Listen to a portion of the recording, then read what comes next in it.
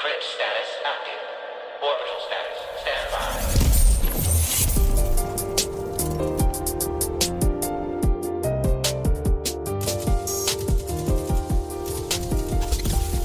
What is up, Guardians? This is Cosmodrome Radio, broadcasting on all frequencies from here all the way to Nessus and farther, where we are just hanging out, talking about the game we love, Destiny 2, every week for you good people.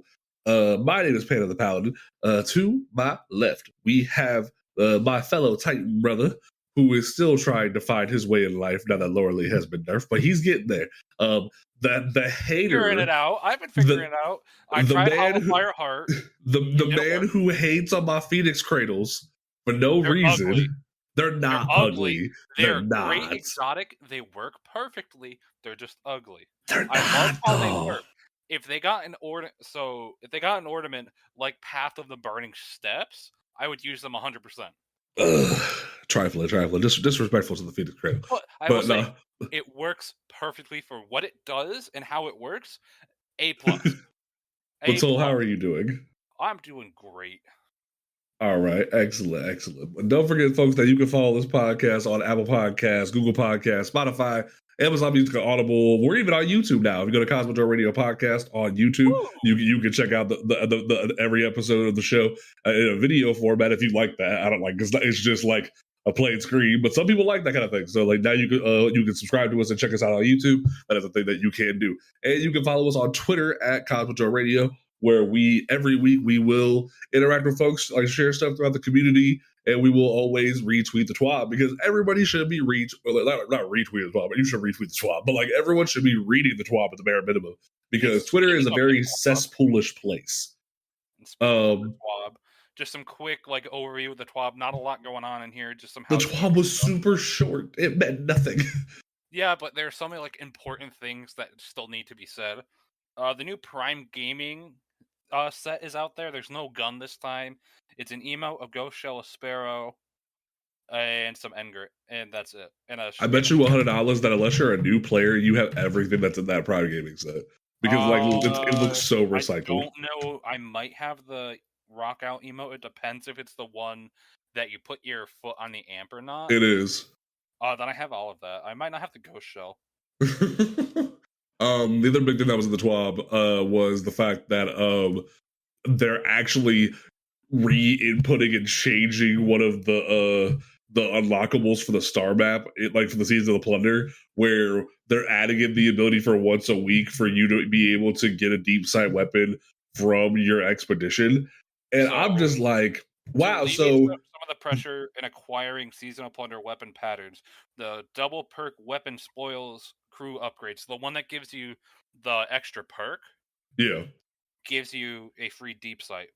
Which is so funny to me, though, is because like every other Season of the Risen, Season of Haunted, and now this, they had been able to let you once per season, once per week, get a free deep sight if you had an Umbrella Engram, you had the material to get it. But this was the first season they didn't do that. Everyone kind of looked at them side eyes like, what are you doing, Bungie?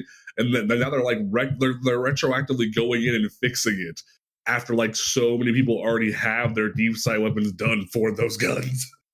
Yeah, it made you like have to pick and choose what you were trying to go after specifically. Yeah. Now it's like, a little bit more targeted. The other thing is the hidden crew compartment upgrade now will appropriately reset at weekly reset. But not until the patch goes live. Until the patch goes live, they haven't fixed it yet. Right. It has not been fixed. It just took them a bit to fix it. They're also aware of that same crew upgrade dropping at 1350. Yeah, it's very odd. They're working on it. Other than that, there's not a lot going on. Hotfix next Tuesday when GMs come out. Other than that, there's not much going on in the TWAB. Now, like, hopefully that friggin' whatchamacallit, hopefully that patch is gonna weaken Lightblade. That way, Lightblade is actually able to be done.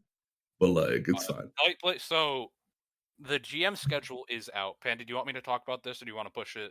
Yeah, sure. Go ahead. Before we dive into the deeper topics. So the GM schedule is out now. It goes from October 4th to November 29th. It goes Glassway, Lightblade, Fallen Saber, the Disgraced, Exodus Crash, Devil's Lair, and then it repeats Glassway, Lightblade, and Fallen Saber. What I find so funny about that schedule is they very much know that unless you already have your Conqueror seal like already, the hardest two are gonna be Lightblade and Glassway. So like, hey, we're gonna give you another week to get it done in the event that like you just can't get it done. And this season there is no solar burn. What? There are two two void burns, and then all the rest are arc. That's so weird. Okay. Oh no, But yeah, there's only one void. It's only like before they flip it back, because Glasswade's a void burn, then every other week is an arc burn. that's hilarious. And the weapon schedule, if you were interested, is it goes DFA, Mindbenders, Duty Bound, Militia's Birthright, Horror's Least, and then ending with the Silicon Aroma. What does that wait, which week is Horror's Least? Horror's Least is the Exodus Crash. That is the week of November 1st. Gross. Freaking I gotta do fucking Lightblade for Mindbenders. That feels so No, we're not. wrong. Why Oh, here's the thing. If you have your Conqueror Seal done, you can go do other but you only get one chance. You get only like get one once you chance, right. complete it, it's over. one chance. So you get one chance at doing the Disgrace, Exodus Crash, and Devil's Lair. So that's 3 chances right there.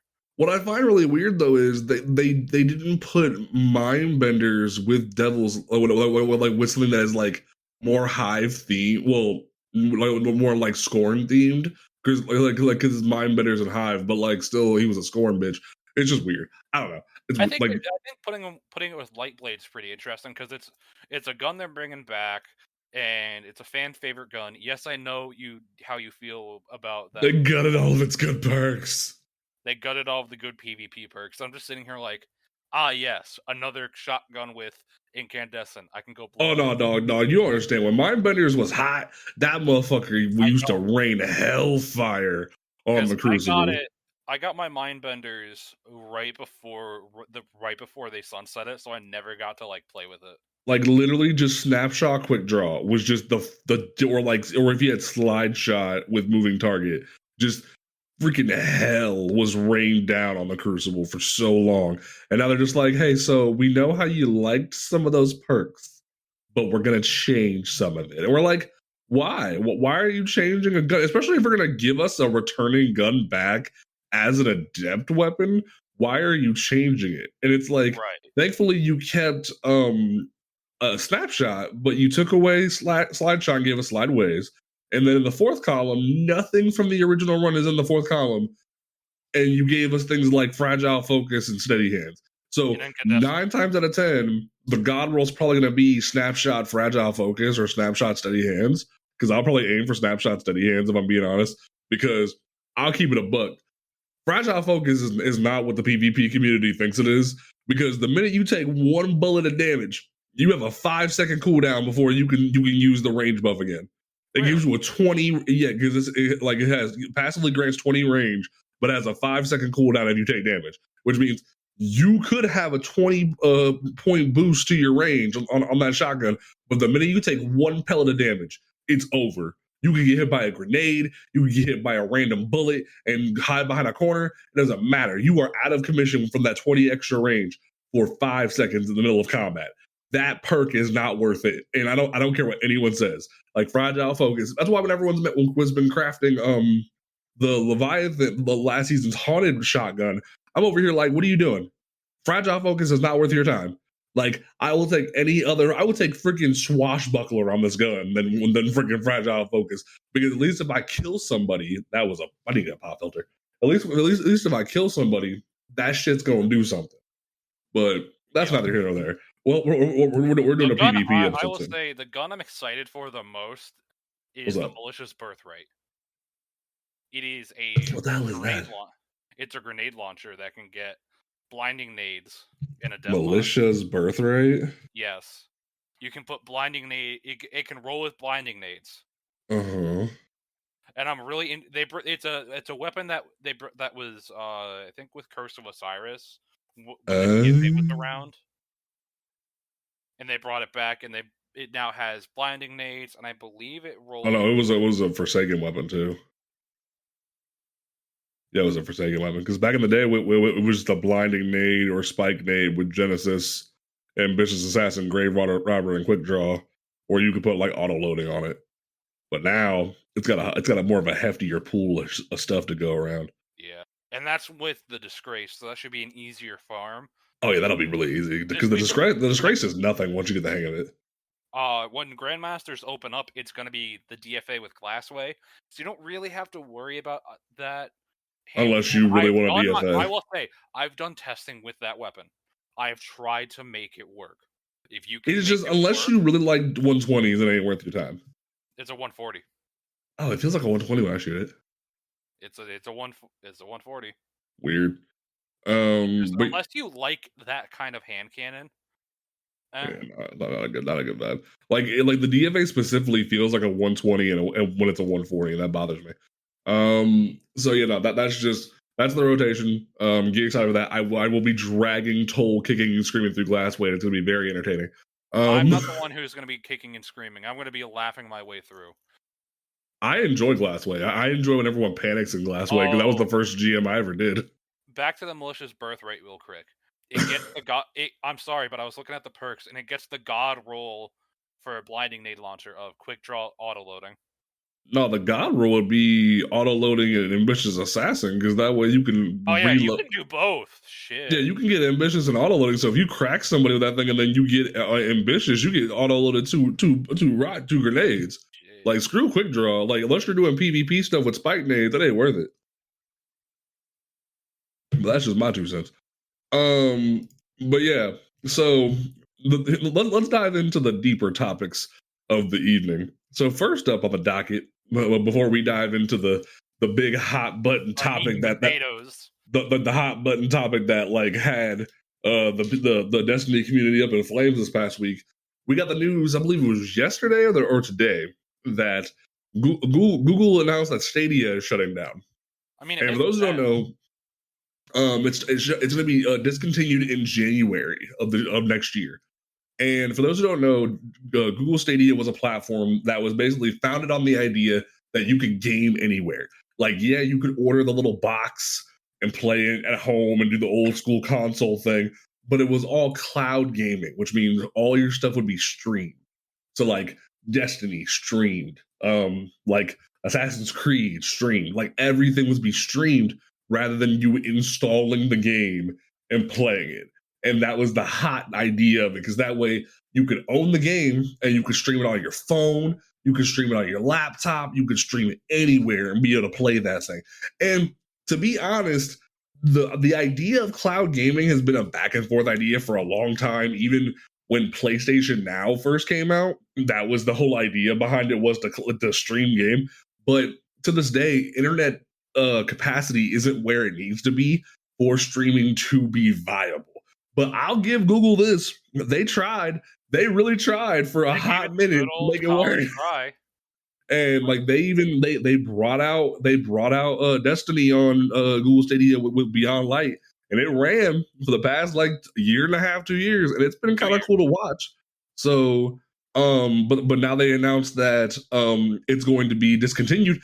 And Bungie announced in their Bungie help section that they're going to be having conversations of what to do for Stadia players, whether they can like migrate to Steam or migrate to a console for a free thing or something like that, because that means they bought those things. Granted, like Google's talking about trying to refund everyone's shit, but like those people legit bought all of the expansions from Forsaken forward on Stadia and we're playing them.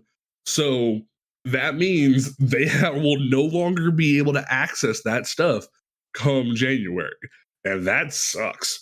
Granted, I always said from jump, Google Stadia was not going to work. Until we live in an area where everyone has a fiber connection and everyone has better ways to like there's still some people who can't even get good texting signals, let alone good like internet.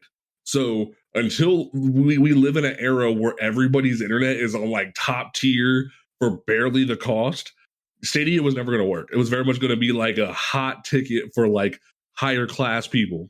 and you would still see people in Destiny with Stadia, and it was cool occasionally. That, like, I remember Like, when we would play Trials or do an LFG, we'd be like, "Oh, there's a Stadia person." hey, what's up? You having fun?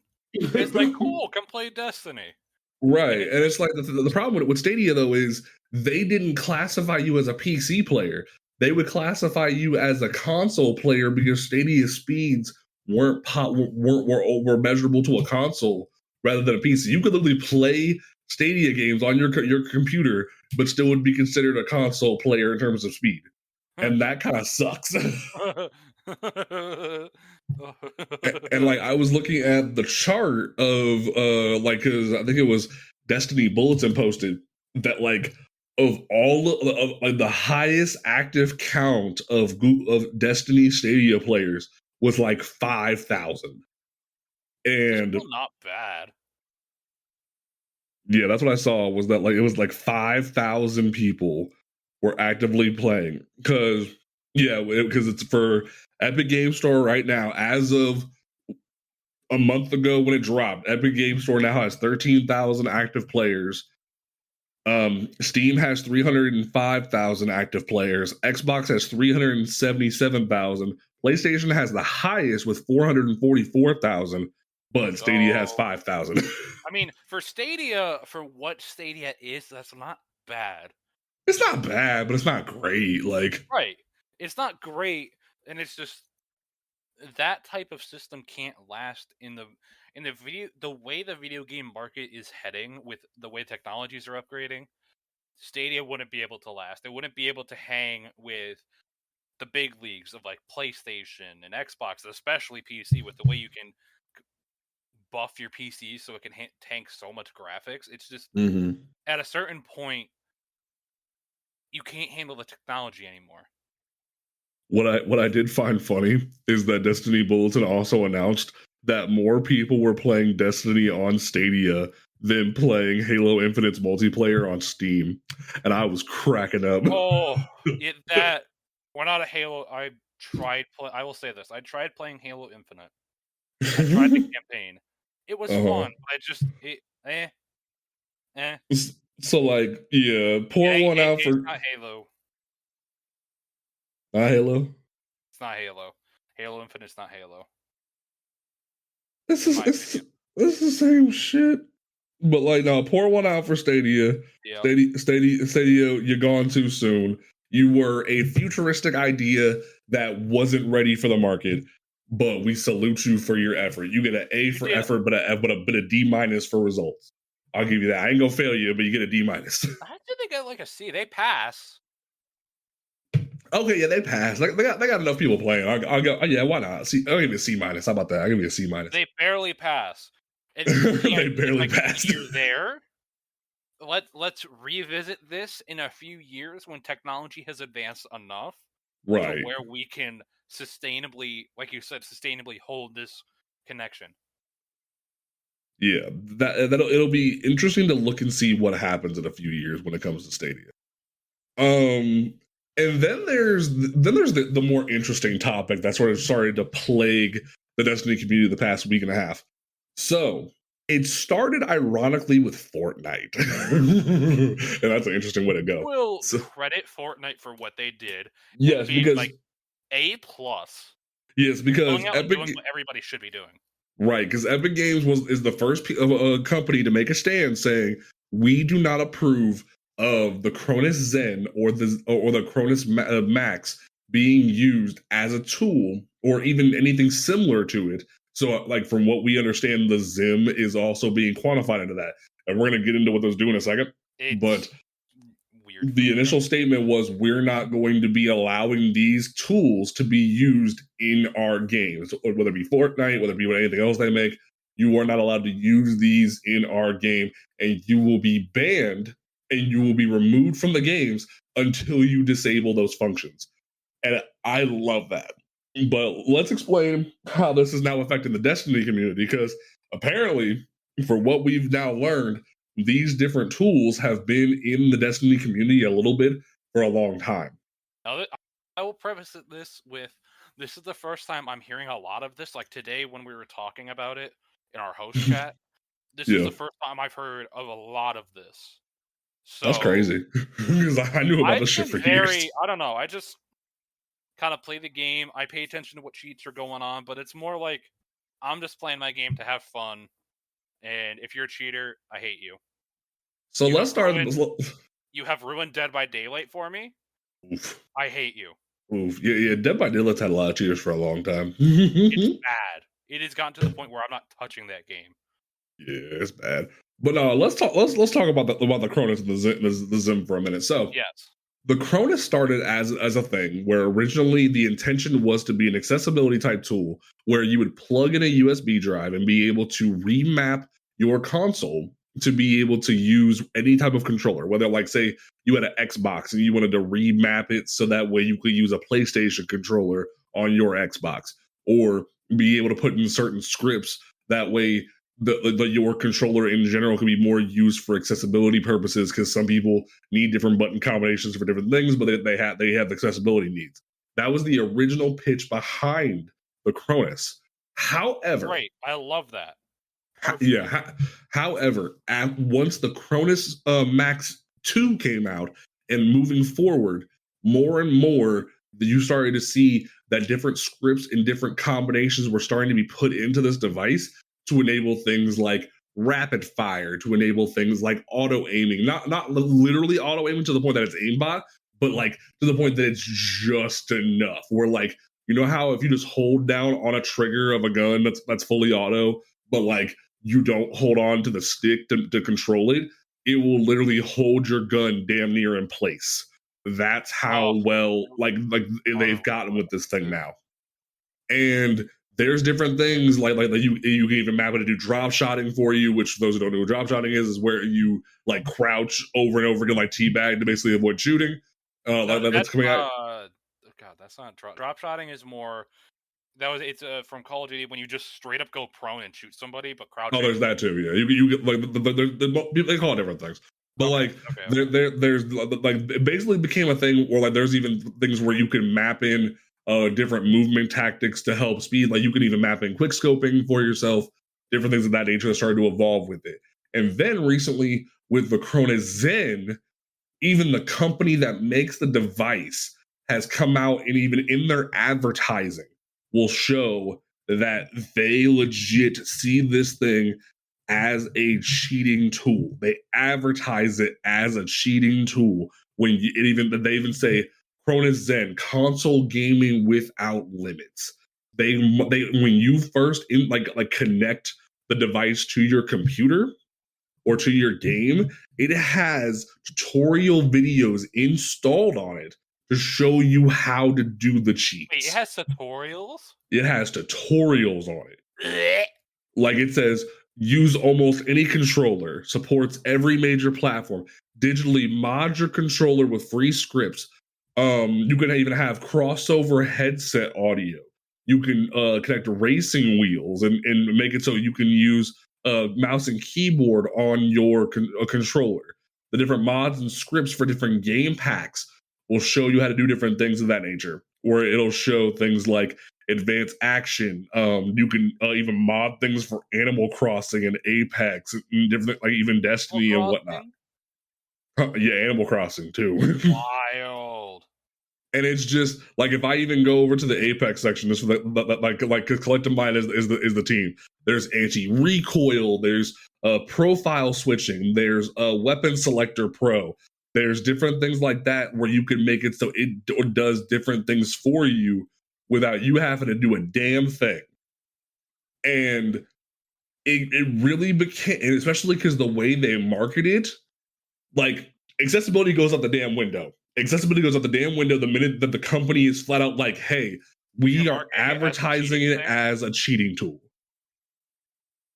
If it's a cheating tool and you market it as that, it is officially a cheating tool.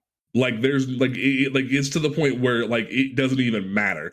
And similarly, Zim, a different device, different company, different device, it also has the functionality to help you with remapping controllers and being able to make it so you can use mouse and keyboard on your console. Now, here's the controversial opinion before we dive into the meat and potatoes of these devices. If you use mouse and keyboard on console, you are officially cheating in my book. Because if you are using mouse and keyboard, you cannot turn off the auto aim. Not the auto aim, but like the aim assist. Because everyone knows on console there's an aim assist functionality to help with consoles because controllers can't move as fast as people on mouse and keyboard can. So if you are using a mouse and keyboard, you are innately cheating because you are using the aim assist. You cannot turn off the aim assist no matter what you do. And different people who will defend the Cronus will even say that the device isn't doing anything the controller can't do itself. But you are legit pressing the limits of what a human can do on a device.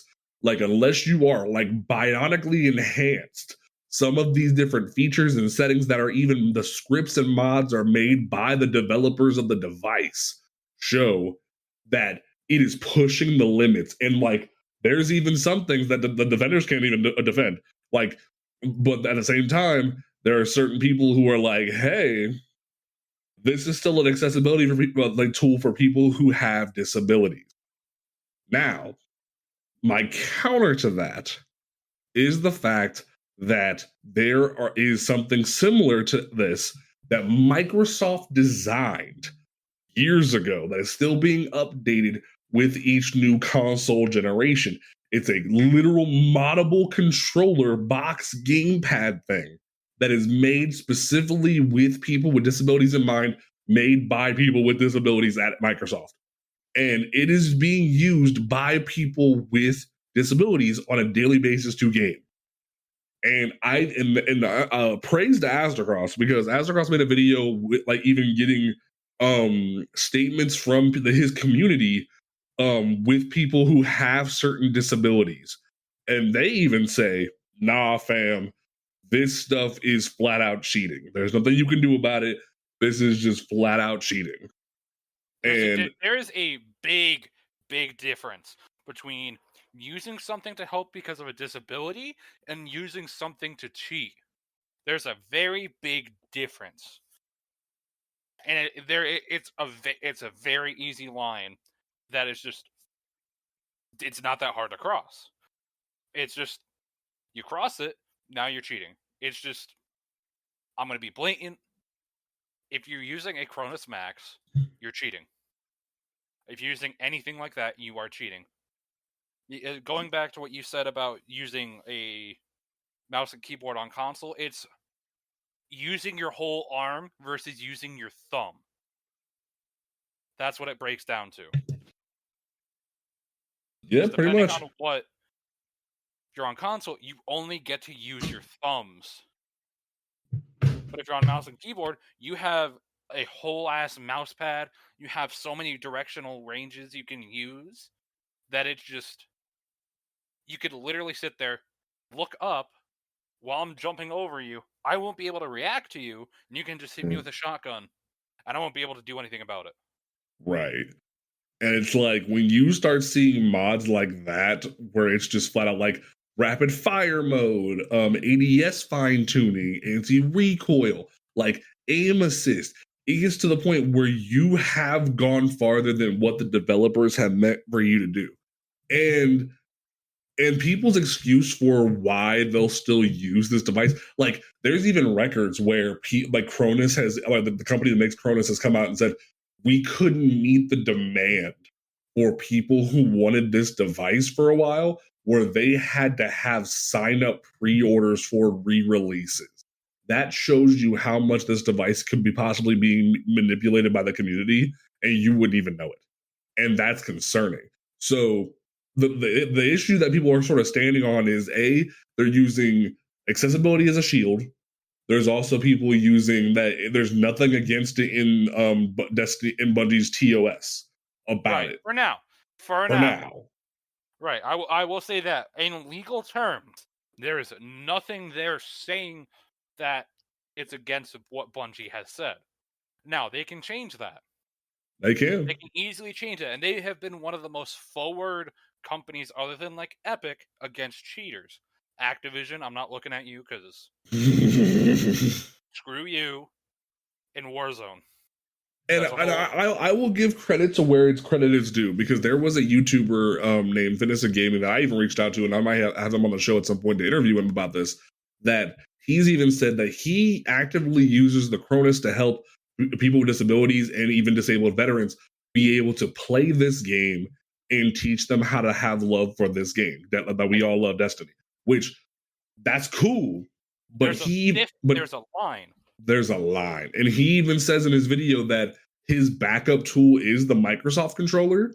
So, and he even says in his video that while there are some great things about the Cronus that are very helpful, he can't defend the damn near auto aim, and he can't defend the blatant marketing by the company. So my and I even commented on the video to even pitch the interview as it very much comes off like that he's defending the crack dealer because the crack dealer is giving him money to build houses for the homeless while he gives crack to kids. I don't think it's like that. I think it's more. While it's a very good tool to help people with disabilities, that's where it is. The problem is you can't defend the cheating. The problem is there's no other software other than what Microsoft has that does that. If there's another software that does exactly what the Cronus Max does without having the cheats installed, I think people with disability would move to that. Mm-hmm. But it's just, if there's nothing else on the market to use, what else do you got? You kind of have to use what you're given. To be fair, yeah, and also my other thing that I kind of spoke on when I was talking to him was it kind of feels like because Epic is just now making a statement about this and other companies haven't followed suit, it very much reminds me of when the Action Replay existed and when the Game Shark existed, where companies just hadn't adapted to this idea that there was whole ass devices that could overwrite their stuff. I remember for a long time that in the early Pokemon days where Action Replay was a thing and you could literally just inject whole perfect Pokemon into your game. And I still have mine. You deviant. Nintendo legit had to have meetings to decide if those Pokemon were legit enough to be in competitions. And then finally they were able to figure out the difference in the coding, which could figure out if it was a cheated Pokemon or not. And that took a long time. And even then, there started to be things like PokeGen where they couldn't figure out the difference regardless. So it just created even more issues in that community on top of the fact. So here it feels like the same thing where there's just companies like Bungie and Epic's the first one to speak on it, where they haven't evolved the language to even put that in their TOS to combat that. So it feels like someone just moved the chicken ahead of the egg for a minute and they can't really catch up to it, if that makes sense. So it's just going to take a minute for Bungie to put that in writing, if that I mean, if you see how long it took them to fix Trials when it had that massive cheater problem, it's more like, okay, we got to go into our code. Well, first we got to get an action plan. Then you have to go into the code, fix everything, build an anti-cheat software, or find an anti-cheat software that works with your software, bug it through, do a bug process, pre-launch it. There's a whole step process to everything. On top of that, the legal department has to draft up documents, and who knows how long that takes, and all the signatures that have to go into that. And it's just, we're seeing the start of a new era where I think companies are going to be looking at Epic Games and being like, okay, and asking them, hey, can we use your legal document with the Cronus Max to basically as an outline for ours? I think that's what it's going to be coming to. And I can even give a perfect. Has been very open about sharing some of their stuff. Like when it first became crossplay, they were very open in sharing that. From what I remember. And my biggest thing about how I could even flat out say, hey, Bungie ain't figured it all out yet is look what happened this week in the Bungie community, which was the other thing we were going to talk about that I totally forgot about until a few minutes ago that I even told Toll about. There was a big, massive wave ban that went out this past week trying to stop people from net limiting, which is people trying to basically do the new age version of lag switching where they'll control the internet.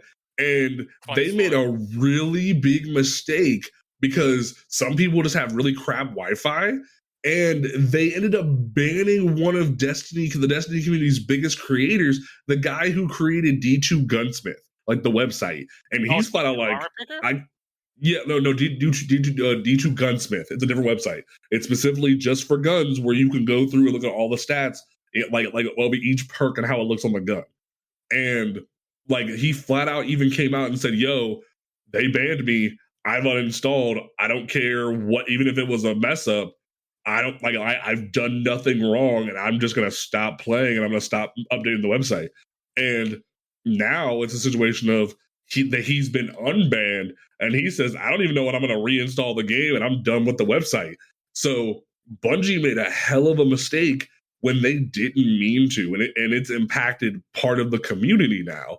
So there's those little slip ups that can occur that's kind of bitten the whole community in the ass. So they know they have to make sure everything is on point.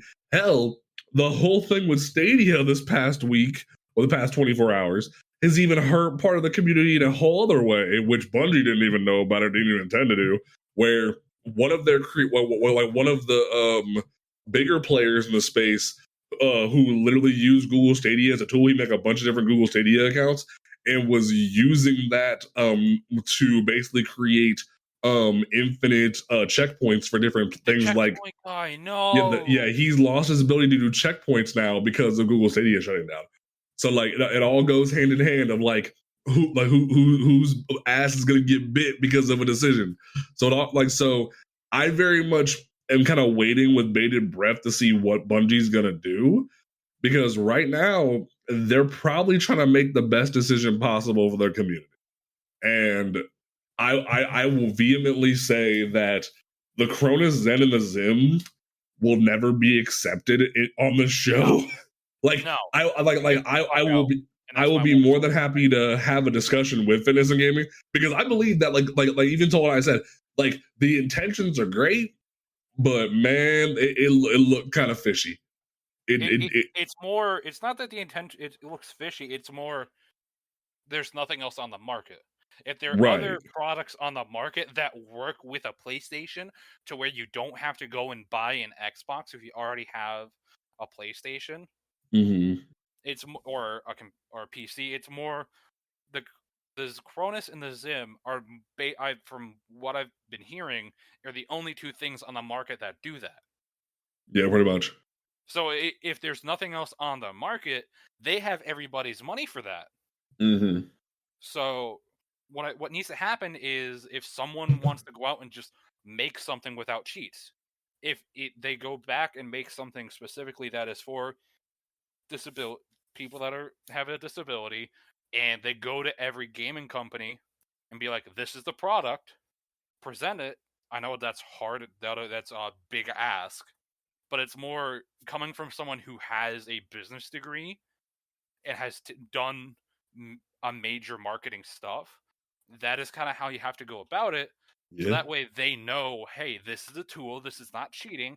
You show it to them, and get more players in their game, buy more V-Bucks, buy more silver, and it's all around good for the company because they'll be making money.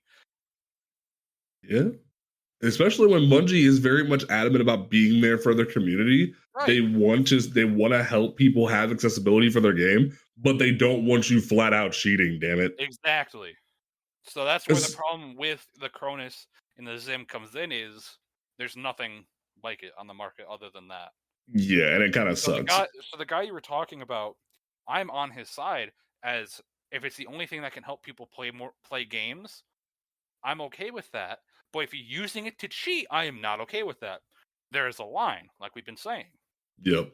And it's a very clear line. Yeah. So that's where we're kind of going to leave that discussion. We're very much open to having us on the show to talk about it in the future, yes. like all of our topics. But that's where we're gonna kind of leave that. I want to be doing more research. This is more research. This is just my first time actually talking about this whole subject. Yeah. As a whole. But now we're gonna go ahead and. But now we're actually going to dive into listener questions, because we actually have a lot of listener questions for once. So we're actually going to dive into each of these. And the first one that kind of spoke to me in a big way that I want to dive into was what makes a good clan, and when it comes to Destiny 2. Panda, I honestly think you are the most qualified to talk about this. You have, if you didn't know, Panda has one of the best clans I've seen in Destiny 2, hands down.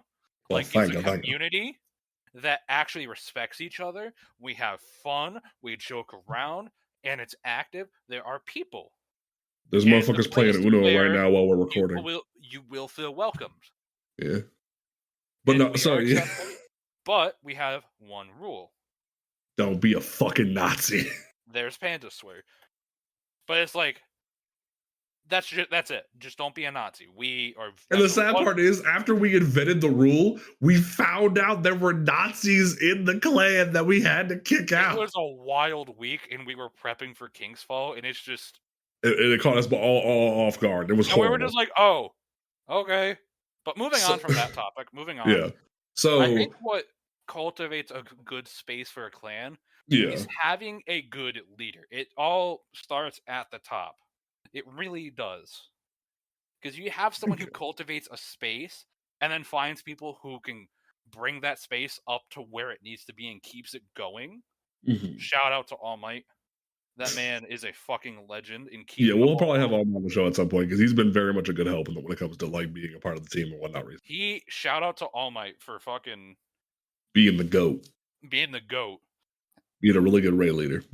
He very much stepped up because this man went from grinding grinding the corrupted grandmaster with us for 7 hours last season, and then coming into the clan and kind of goofing off for a while, and then stepping the fuck up with King's Fall this past season. And I very much got to commend the man. From the fun uncle to the fun uncle that gets shit done. Yeah, very much so. So, but no, Tol, thank you for like giving me props there. But it's a space. Yeah. I will always say that, and I respect you for it, because I came in and coming from a space where I kind of just kept LFGing to get stuff done. Because I was like, I didn't have, my clan wasn't active, it was just me and my friends, and I'm the only one who played it. And then coming into the clan, and then that season doing my first GMs, doing my first master dungeon, doing my first of a lot of things.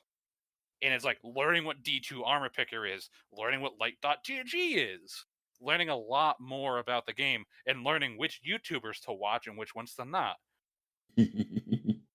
I'm still a guy who loves Rick Kakis. I will vehemently... Look, the guy has his problems. Rick Kakis here! Look, the guy has his problems. But he has one thing going for him, and that the way he speaks very clearly, and it's very easy to understand. I just need Rick Kakis to like stop acting like a freaking telemarketer and talk like a damn human. But that's what I'm saying. The telemarketer voice he does, when I was learning how to do certain raids, it was very easy for me to follow. Is that why you like my telemarketer voice in King's Fall? It was helpful. It's helpful because your telemarketer voice goes a bit too far. It's very like robotic, but it's more. Please approach your bombs. Please approach your bombs. See what I mean? Forex is on left side, second plate. Like I go like ham with it. But it's like people that speak clearly are very much helpful. So I give Rick Kakis that. But no, so I digress. But like for me, when it comes to making a good clan, because I talked about it on TikTok, but like for all of D1, I didn't talk to nobody. I didn't mess with nobody because I had a bad situation that happened in high school, and I just didn't want to mess with nobody. I feared the internet beyond just playing online games, and like Destiny was my one exception where I would just tolerate it for strikes and whatnot. The only raid I ever did up to that point was Crota's End because I did it all by myself. Otherwise, it was all on me. And then once I got through D1, I took a break, did a little growing in college, and met some friends and got back into D2. Shout out to my roommate, but she's in bed right now. But like, she got me back into the game, and that's what made me start like going through clans. And there are the biggest rule that you'll notice with clans is that if they're in like I don't mean to like put like two on the nose. If you're like a dude bro who thinks they know it all and you're the leader of a clan, you need to sit the fuck down and reevaluate what you're doing.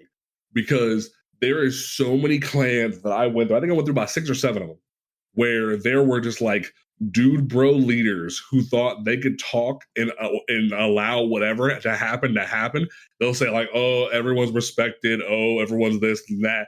But they don't mean it. They'll even have people of color in their groups, or like a few women who like were like considered one of the bros that they'll let in. But in general, they just want to say whatever the hell they want to say and have no recourse for it.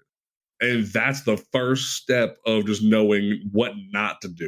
And that's what we say, don't be a Nazi, because if you even say something stupid like go back to the early 2000s and saying like, oh, that's gay. Like, no, stop that right there.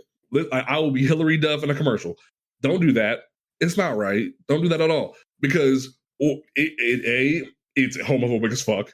But I would like to quote, oh god, not the Office. If the Office came out today, it would not fly. Times have changed. You have to move with the times. The Office back in the day, if you're looking at it from the lens of when it came out, that's funny. But today, it's not that funny. Yes, funny. Some of the jokes still hit and are still funny, but the whole joke where Michael's like, Oscar, you're gay, ha.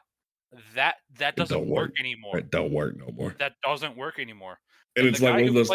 Steve Carell even came out and said that the Office wouldn't work today. He's acknowledged that, which means it's one of the. It's one of those things. No, it's fine. It's one of those things where that's the first step of knowing if the clan's bad, or just if they allow stuff like that to continue, or even like talking down to folks and acting like they're stupid, and like especially to women or people of color when they start doing it. That's when the things get bad. But then the other thing that you'll notice with clans in general is not just being inclusive, but also just accepting anybody of any learning level of the game into your clan and helping them. Disability. I want to put that out there in bright neon green letters. Do we? I will stand here. I'm going to get on my soapbox. Do we? If you don't, people who have learning disabilities or mental disabilities, I welcome you into this clan. I will take a group of you through a raid, albeit I'm not a very good teacher, but hey, I can get you through Deepstone Crypt. I can get you through Garden. I can probably get you through King's Fall. I will take you guys through content. I will help you learn content. Mm-hmm. And you are welcome here.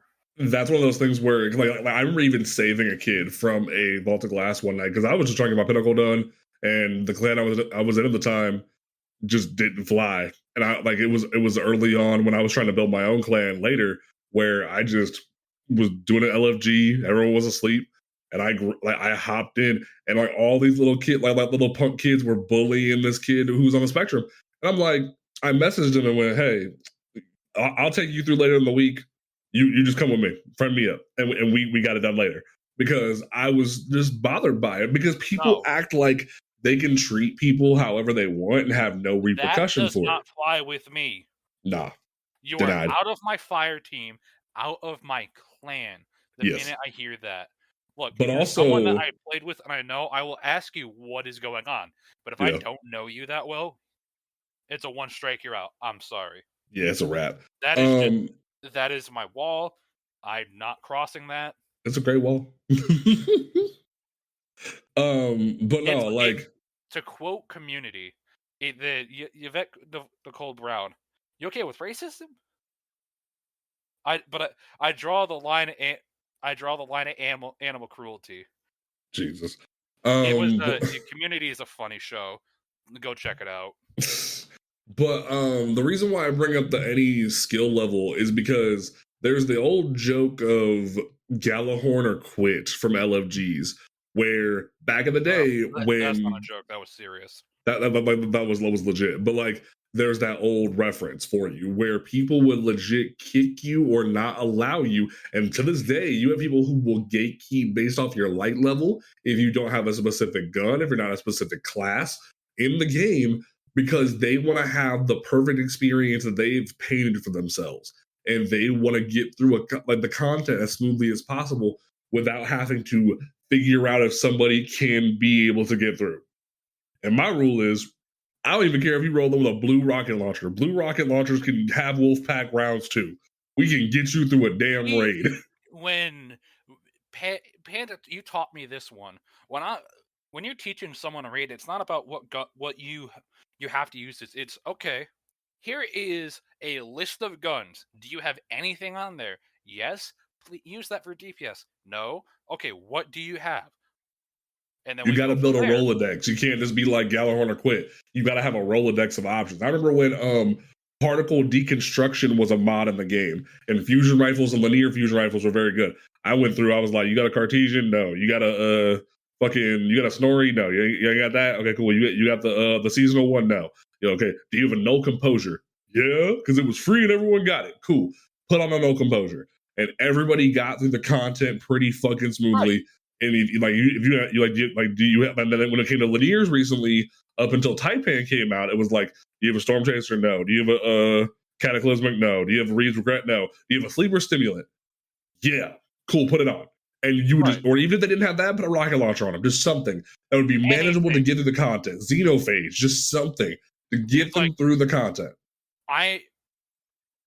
The Taipan for me was when I saw it was craftable, and I was like, oh, Panda can quote me on this. Yeah. I was ecstatic when I saw that. He was pretty excited. Like, wait, what? And it took you a little bit to understand what it took me like a day or so, because I was like, what are they doing? And like actually did the mission to understand what they were trying to do. And it's like they get that the mission that they gave you, it gave you a crafted AR mitt, which if you don't know, that AR is actually very decent. It's very terrifying in PvP. Right.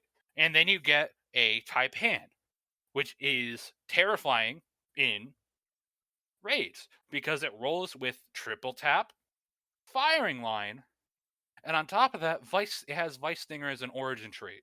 Yep. So now it's literally just a free Reeds, but better. It's a better Reed's Regret. Yeah. It's not even better. It's just Reed's Regret reskinned. It's Reed's Regret reskinned. Like it literally is the Reed's Regret model without the trial stuff.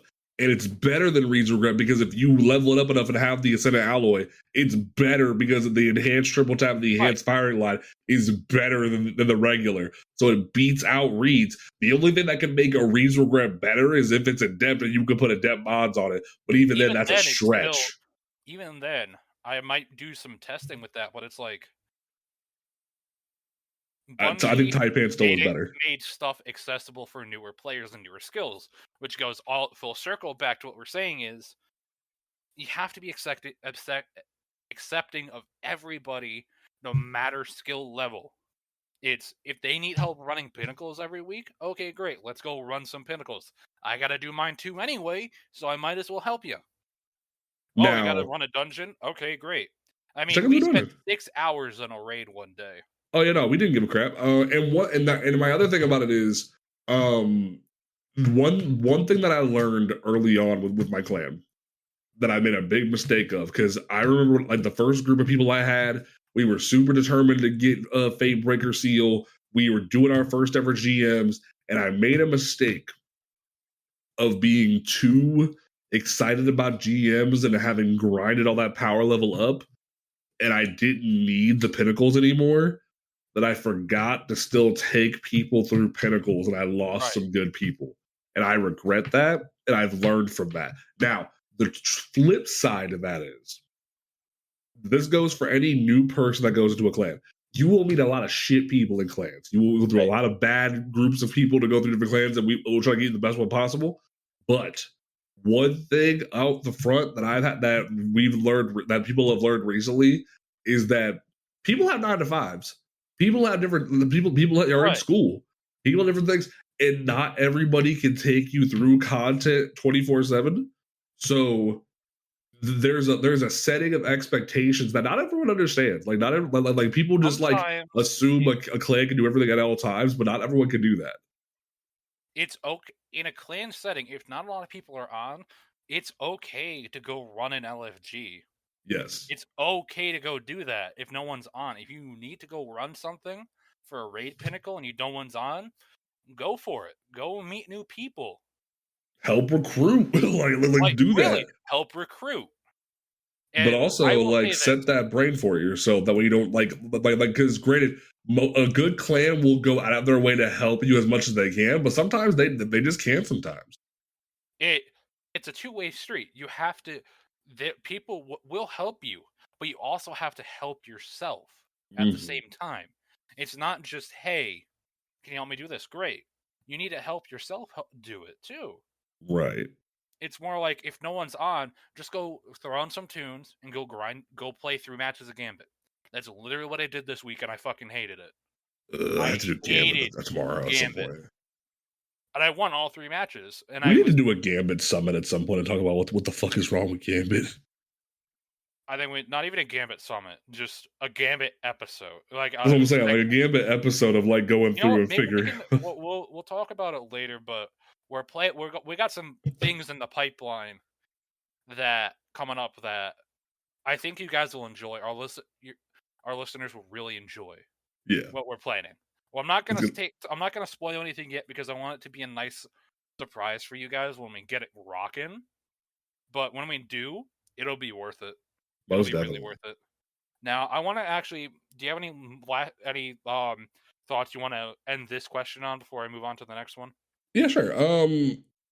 I think the last thing that I would love to say is don't be complacent in a clan if you're uncomfortable. Yes. And the Yes. reason If why I you're say not that happy, is leave. leave. It is okay. The reason why I say that is I had a friend that was like legit like the clan mom who like I went to her for everything. I thought she was the bomb. But then because she was friends and she was a part of the leadership, and she even had went through a clan merger where the clan had joined with another group, and she was trying so hard to keep it together, that when someone was being hella racist to me, she was like, sometimes you just gotta eat that. I'm like, no. And that's where her and I kind of parted ways of like, you can't eat that. No, you can't eat that. No. And it just like, that was where we parted ways, because she was trying so hard to keep things together that she lost a friend, and that sucks. So never be complacent in your uncomfortability. If you're uncomfortable in a situation where there's racism, homophobia, anything, just leave. You can always hit up anybody on this podcast. And we got you. You can come join our clan. We welcome you. We want more people. We got a bunch of screwballs. We love those kinds of people. We love the wild people. We're literally led by a bunch of queer people. Like we literally do this shit. The clan is needed after Satan's Osiris because we wanted it to be a queer led clan. Saint to me, I'm gonna just go off my little tangent. Do it again. Saint in season, it was, I think, season 14, when he and Mithrax are sitting there battling the Vex. That is what I aspire to have this clan be. Is just, it doesn't matter if we were enemies beforehand or not. You still have a place here. I will still fight for you. Good shit. But what were you gonna? You see that evolution going forward to this season between them, and it's awesome to see. Most def. But what's our next question, Tol? So the next one I actually wanted to get into is create a new exotic weapon, and what does it do? We can also involve that into armor. Okay, this is a really good. So for me, I actually want another heavy shotgun. We already have, you gotta stop this. I want something that that'll shift up the DPS meta. Okay. Like, you had something that's not like all powerful like Galahorn once was. I'm talking something like Sleeper Simulant, where you use it and it does a good amount of DPS. Maybe not a linear, because we're getting too many linears. But maybe another heavy fusion rifle that does pretty good DPS. Hmm. For me, I feel like, well, first of all, hashtag fix Eternal Warrior 2022. That's But a whole. like, I think that's going to be on next week episode. yeah, we'll make that a whole episode is redoing exotics. But like, For in every terms class. of an exotic that would matter, I feel like there needs to be a way. I don't care if it's like there needs to be a stasis titan exotic that doesn't just like give you an ice wall. There needs to be a titan stasis exotic, or like it could be like a titan anything exotic that gives you more protection when you're going. Like I feel like I need like a pair of standicides that give you an overshield when you're shoulder charging. And the reason why I say that, or Hashtag fix even signs. the issue with standicides is that the overshield goes away when you shoulder charge.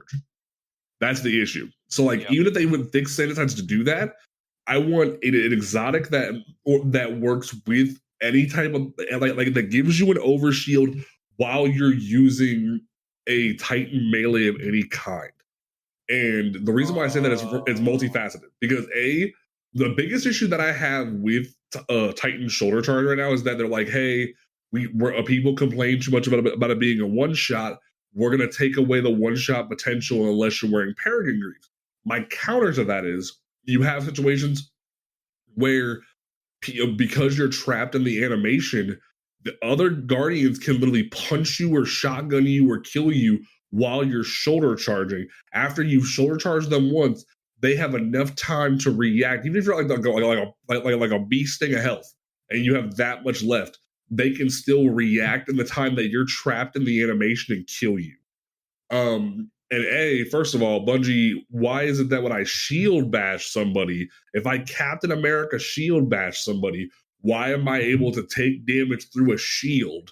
But that's part of it. But also, it's like there should be something that you can trust to defend you while you're trapped in that animation because there's no way to escape that. Granted, someone can make the argument of it's a catch 22. You're choosing to do that, but also there should be a defense mechanism because either speed up the shoulder charge that way you exit the stance of it, or make it more like the stasis melee where you can literally exit the stasis melee and deactivate the animation and be able to punch somebody like a cancel, like be able to cancel it if anything. I think they should just speed up the animation for it. Let's be honest. Yeah, I but think also speeding up the animation because then that takes away from because that's special to stasis. Yes, that is special for it. But also my rather than counter to taking that, away something that's like intrinsic to stasis, let's just speed up the animation. Let's just make it. But my counter to that also is I don't know how I feel about Bonk giving you an overshield. I feel like that'd be kind of broken. But the other reason why I was thinking that an overshield during a Titan melee could be very interesting is for Thunderclap. Because Don't get me started on that. that's what I'm saying. Like right now, Thunderclap can do nothing. Like unless you just get a perfect charge of it off and you one shot someone, good for you. The exotic they rolled out with it does nothing. Like Astrocross made a whole video where he was clowning on it because it legitimately does nothing. Like it's pre-nerf or like its glitched form where it made even just barely charging the Thunderclap like the kill you. That made sense. Kill you in pre-nerf Lorelei. Right, like it could kill you in pre-nerfed Lorelei. That made sense if it was the exotic that could do it. But if you're trapped in an animation, an exotic that could give you an overshield for a short time during a melee action would be really cool. And also, it could chain with things like Knockout, where you are punching literal basic ads and getting protection. And it would take some tweaking and tuning. That way, it works in both sandboxes, both PvP and PvE. But I feel like it could be very beneficial to Titans of just protecting you when the game can't protect you enough, if that makes sense. Actually, I want to change my answer. Oh, I go for want an exotic that will intrinsically change your super, like like the hunters have with Celestial Nighthawk. I want something that changes your super, so it does something just a little different to make it interesting. So, like you have with Kyrus of the Falling Star, it makes your Thunder Crash a lot better. What if we had an exotic for like a Warlock exotic that changed your well of radiance to a damaging well. So you slam down the sword, and it sends out bursts of solar damage. Instead Ooh. of a healing, it Ooh. does damage. Ooh. That's kind of clever. Okay, cool. I see you. I see And you. then it's like something for Titans that would probably maybe change. Oh god, bubble. Or well, they technically did that with With Same Sentinel. 14 helm. Same 14 helm kind of like already blinds people. That I want that. That should actually, instead of blinding people, it should suppress them. No, I think blinding works specifically Well, because no, because the reason I'm saying it shouldn't is because blinding is a part of arc. well, no, the reason why I like that it blinds in the bubble is like it can do blinding and suppression in the bubble too. But the reason why I like that it does it because if it weren't for that blinding effect, specifically for ads, where it just Yeah. makes them go dumb and they can't do anything while they're blinded, there would be like I wouldn't have gotten my Fate Breaker seal. Like that Right. bubble protecting you, blinding those enemies, like it saved you from dying to supplicants in Master Atheon. So I have a lot of respect for what Saint 14 Helm does because of that. Like I want an exotic that changes, like what I said, changes how the super works. So for Yeah. like an exotic weapon, fuck, the Quicksilver Storm was like my like, hey, we should put something that has a grenade launcher in it with an AR. That would be really cool, and they did that. Quicksilver is awesome, by the way. Quicksilver feels like a mistake. It feels like someone had an idea in development and now it does too much and now it's gonna end up being the new Telesto and then people are afraid of it. I feel like I that think was they a actually problem. fixed it. I think they actually fixed it. They did. But I on it. So I'm gonna still stick with my idea of they should bring in, or maybe they should bring in something that works like tractor cannon and div. Give us a third option for that. That'd be kind of cool. I'll just give Titans back melting point, but that's about it. That's a whole look. We're never gonna get melting point back. Miss melting point, but make Hollow Fireheart specifically give you melting point. How about that? Yeah, but give the players another weapon that does debuffs, because with the whole Divinity debate, what if they just give us another gun that does what Divinity does? Not specifically what it does, but it debuffs them, so it gives you another option. Like right.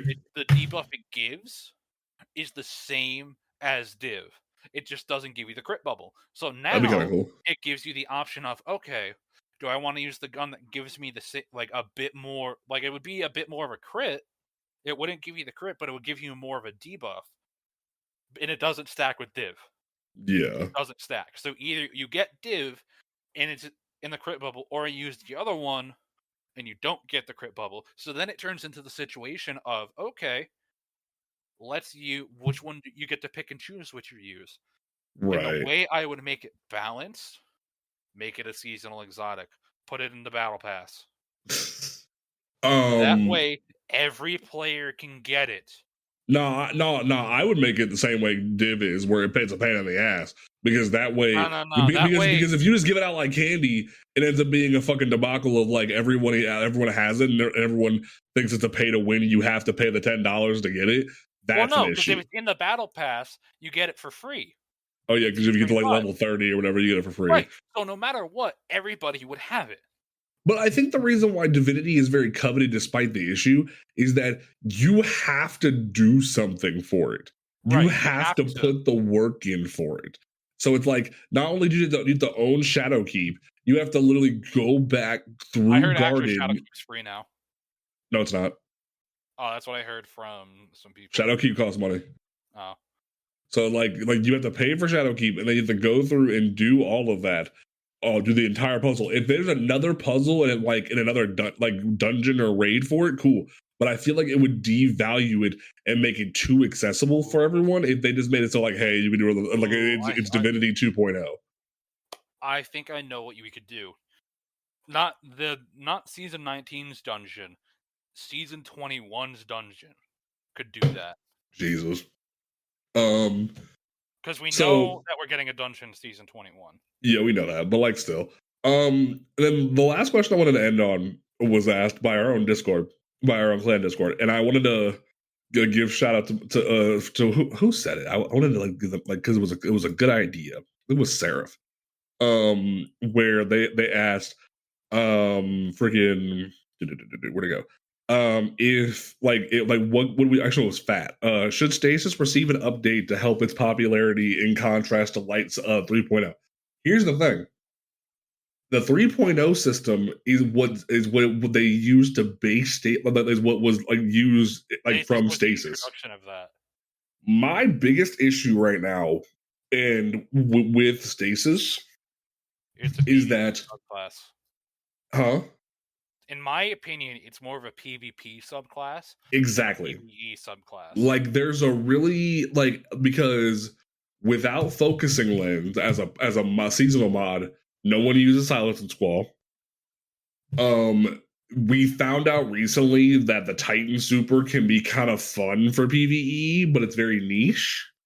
Right. And the problem with the Warlock the Warlock Stasis is that it's super busted in both PvE and PvP. No matter what you do, Stasis Warlock is busted in PvE and PvP, and Bungie has yet to pay attention to that.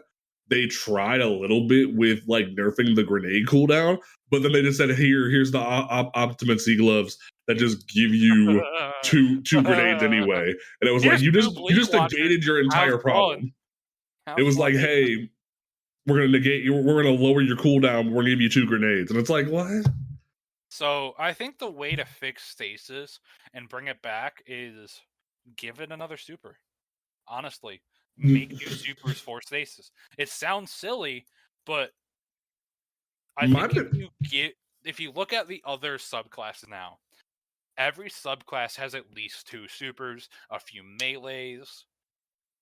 I think the biggest problem that Stasis has is that it's kind of like partially what you said is it's more geared for PvP, but with Titans and Hunters, it's been nerfed into the ground so much because of PvP that the shatter mechanic, specifically the stasis ice in game is apparently Shatter Dive is a back, and which pisses me off. Which Bungie, if you're gonna stealth rebuff Shatter Dive, you better stealth buff Shoulder Charge. Is all I'm saying.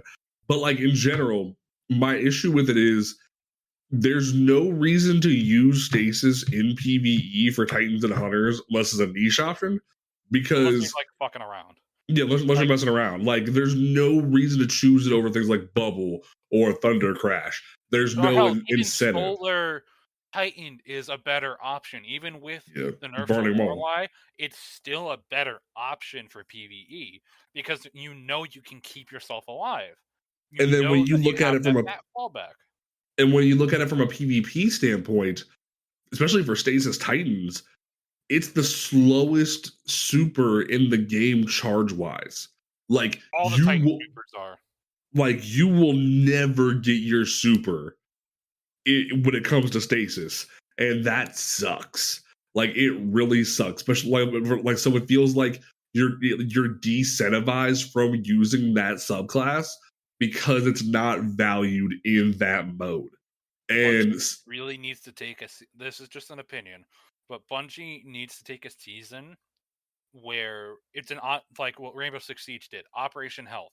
They need to do something like that because there's so many things that need to be fixed in the game.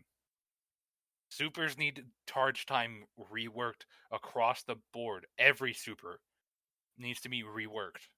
Because like I understood what they were trying to do with like limit supers and PvP, but then you have things like Bubble and Well that are the fastest, and then you have like every other Hunter and Warlock super that can charge to combat those two, but then like maybe a Thunder Crash will charge in time, but and that's maybe it. Burning Maul. Maybe a Burning Maul, and that's very rare.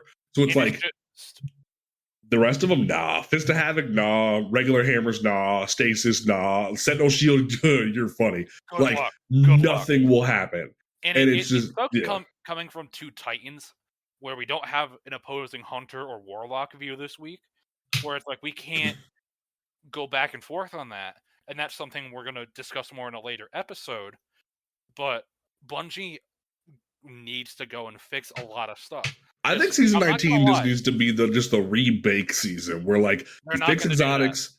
I don't think wish. they're going to do it yet because that's the season before Lightfall, and making too many changes before a big expansion is no bueno, because then that shakes up too much and then people Right. won't know what's going on. I think waiting to do it like now, the season of Plunder time is a good time to do it because you have a season before and you have a buffer season beforehand where you can fix changes Yeah, that'd be and people can nice. get ready.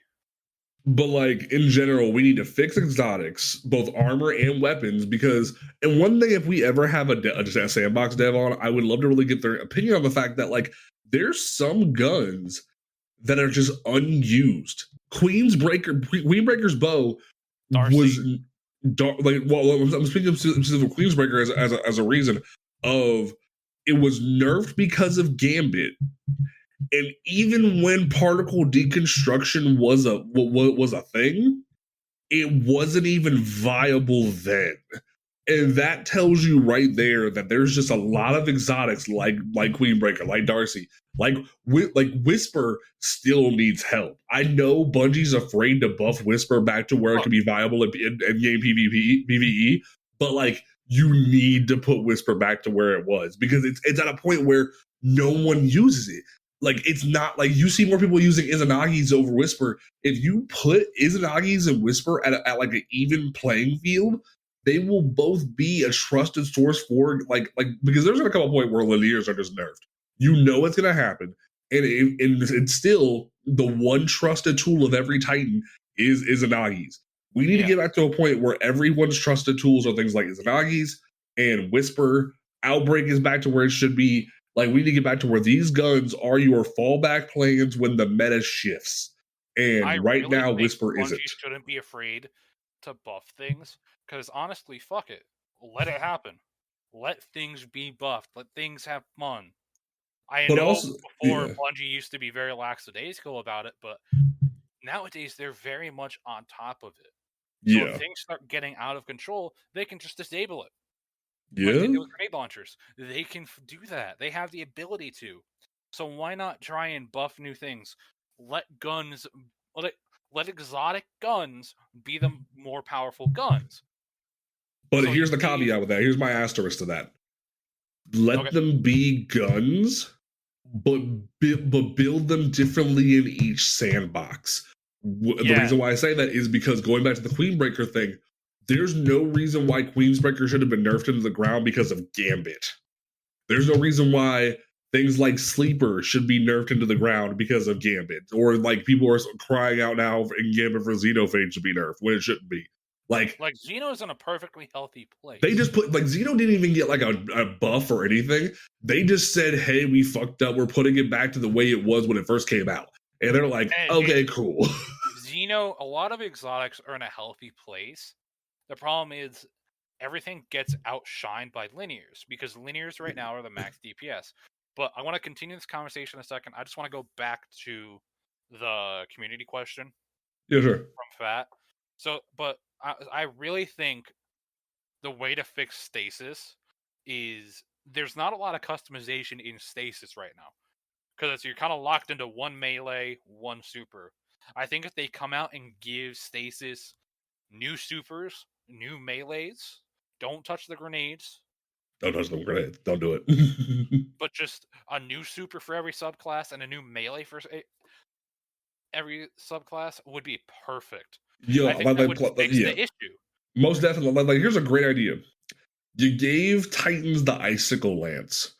How about just like instead of giving us a giant fist as a super because you think giant fists are what Titans want, give us a giant lance. Like literally, let us run around like with a fucking giant javelin and just fucking ram shit. You know, like that would be awesome. Javelin. I think it should be like one of the giant anime swords. No, just a javelin. Like keep it the way where we've already established the icicle lance.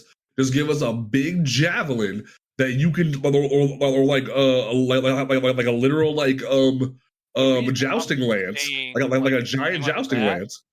Is because people might think it's too close to the Hunter Arc Supers. So giving us like a massive, like big sword that you kind of swing, slam, kind of stuff. Well, the reason why I was saying the lance is because like the concept's already in the game. Just make it bigger. Just make it like a big ass ice lance that you just like run around with and just like joust. Just fucking joust things and just break it. And then the final joust that you do as like the giant ult is just throw it at a boss and all the crystals just shatter and do a bunch of shatter damage. That'd be so cool. Or I think for hunters, it should turn more into like a Night Stalker type ability. Where let those freaking icicles like just go ham. Let them use it as a melee. Mm-hmm. Or better yet, and then add it so like you could throw it at somebody and then it comes back to you, but it uses a quarter of your super damage. Yeah, that'd be kind of cool. And for warlocks it's kind of hard because they have their whole thing is built around their icicle staff that shoots the projectiles. So what if they just shot a beam of ice? Like, what if they did that? Yeah. Like Chaos Reach, but now it just freezes everybody and everyone. It's just that would need to be really controlled in PvP because I could get out of hand really fast. I was thinking about it and I'm like, that's not a good idea for PvP. So it's coming like, what could warlocks do with that staff? Yeah. And it's just, I don't know. It's a work in progress, but like what we're saying is we have some cool ideas. Budgie, hire us, but like, not even hire us. Just take our ideas, make the game better. We'll do it. We'll give you ideas for free. But you know, we're gonna go ahead and wrap up the episode. We'll definitely have more things to talk about next week. There's hints that there's things going on that there's some big lore reveals that we'll probably have a guest on to talk about lore here soon because things are getting hot. But I've been very happy with the direction of the story this season. It's been pretty fucking nice. Like it had a very slow start, but the past 2 weeks have been like, okay, we've had our slow start. All right, let's turn it up. Let's go. Let's turn up. So it's definitely going to be exciting. Tol, what's your closing statement for this week? My closing statement is: if you're looking for a clan, hit me up. Comment on one of my TikToks. I know I haven't uploaded in a while, but I'm gonna start uploading on TikTok again. Comment on or just message us on Twitter. Like, just hit us up for real. My Twitter's inactive right now. Don't mess with me on my Twitter. Message the friggin' podcast Twitter, dork. Yeah. But just hit us up. We want to give you a home. We'll give you a home. We'll give you a place to play with people who want to teach and help you learn content. Mm-hmm. We have people that know almost every activity in the game. We have people that know how to run stuff. Uh-huh. So, my closing statement is there's a lot of people giving Bungie shit recently. Like, I saw today in the TWAB post of just like people being super upset there wasn't more stuff in the TWAB to talk about. And y'all some ungrateful people on some real ish because Bungie just gave us a whole showcase. I'm not like trying to dick ride or anything, but like they just give us a whole showcase of all their upcoming plans for next year and like what's going on in the game now and what they're excited about and what they're hyped about. But you're still going, we want more. And like, what else can they give you? Like for real. Like we know there's a dungeon coming next season. We don't know what next season is going to be, but that's fine. We haven't even gotten through this season. Has there been some bugs? Yes. Has some of the content has some issues? Yes. We can discuss that in a nice way and not be dicks. Like, there's just people being flat out just messed up. And like, this goes back to what we talked about previously of just y'all wonder why Bungie's got more close to the chest about stuff because they don't want to freaking, they don't want to have a bad reaction. We even had one of the community managers telling telling a Twitter person a couple days ago not to leak something because people were already posting leaks about Festival of the Lost. And the community manager went, please don't leak stuff. And that's sad that we have to do that, that they have to do that. I'd be like, it's Festival of the Lost. We kind of know what we're getting. we already voted on the damn mechs. Y'all know what you're getting. Like, Why do you need to leak it? You don't need to leak anything. We know the skins. We know the outfits we're getting. We know a lot. We know what the event's going to be. We don't know how they're going to change it. And it's literally not even a month away. It's literally like 3 weeks away. Like, I'll still die on the hill that, like, leaks are fun to look at occasionally, but they were leaking stuff little less than 24 hours before the freaking Bungie presentation. And that was just despicable. I literally had to I turned off Twitter. I muted our leak chat just because I was like, it's 24 hours. Right. Like, they can't even do what they want to do. Experience. Yeah. Reacting to everything. So it's just getting to go fuck around in Kingsfall. So just in general, like, just be more like there were people who leaked the freaking last week's cutscene, like the week the season dropped. Like, what? So it's just in general, just be nicer to Bungie, but like obviously you can have your fair discussions about things. You can, like, if Bungie does something fucked up, you can have a discussion about it, but don't be a dick. Like I hate that I have to say that in this day and age. Just like, don't be a dick to the developers when they're working their butts off in whatever circumstances they are. Like, that's where I believe that at. But don't forget, folks, that you can listen to this podcast on Spotify, Apple Podcasts, Twitter, YouTube, Amazon Music, and Audible, all those great places. We will be back next week with a brand new episode for you folks, because we love this community. We love talking about this game, and we will always be here as long as we can be. We're trying to do some more collabs. We're hopefully going to do a PvP discussion next week. But if not, we'll still be here talking about the latest news and whatnot. So get ready for that. And we will catch you. Like, we don't, we'll still have a bit of like a topic of PvP. Oh, you know, because like the recent discussions of PvP are kind of hot, and I want to talk about it. Like, Trials is having some heat recently. Calling it now, Trials map this weekend is going to be. It's going to be a Vex map. It's gonna be a Mercury map. I'm calling it to be a Mercury map. No, it's gonna be the Dreadnought one. It's gonna be. I hope not. It's gonna be pain and suffering. That map's too big for Trials. It's too big. And the weapon is gonna be the shotgun. If it's the shotgun, I'm gonna be there all damn weekend. I want my perpetual motion opening shot. Calling it now. But we will catch you folks next time, and we will catch you Starside. Peace out. Peace out, yo.